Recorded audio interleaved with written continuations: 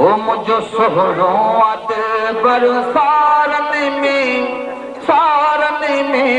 को लख 24,000 में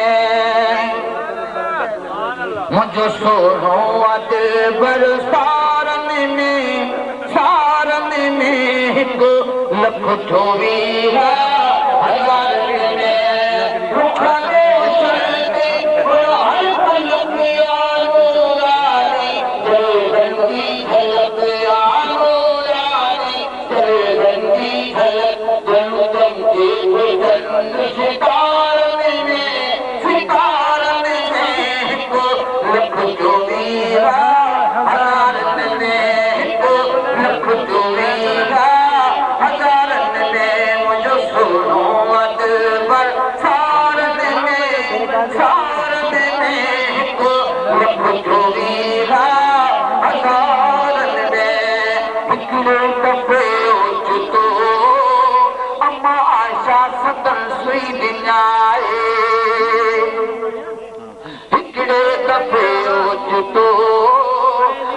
आयशा सदन सुई विञाए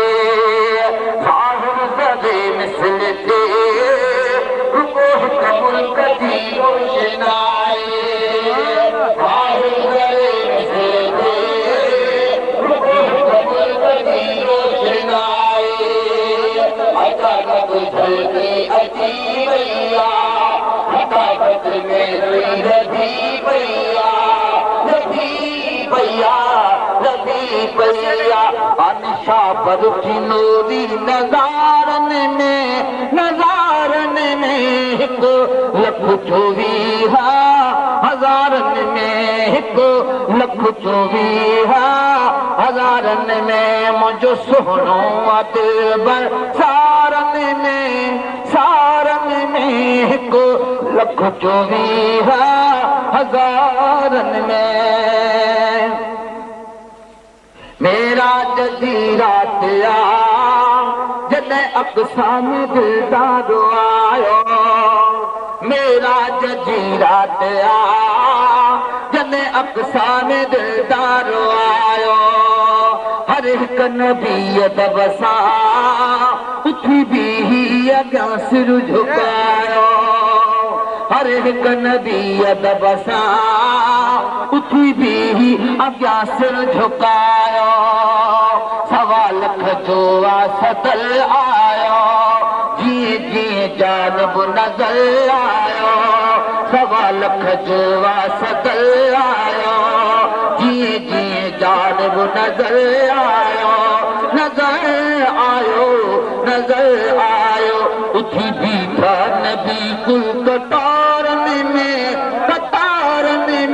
हिकु लख 24,000 में हिकु लख 24,000 में मुझो सोनो अदबर सारन में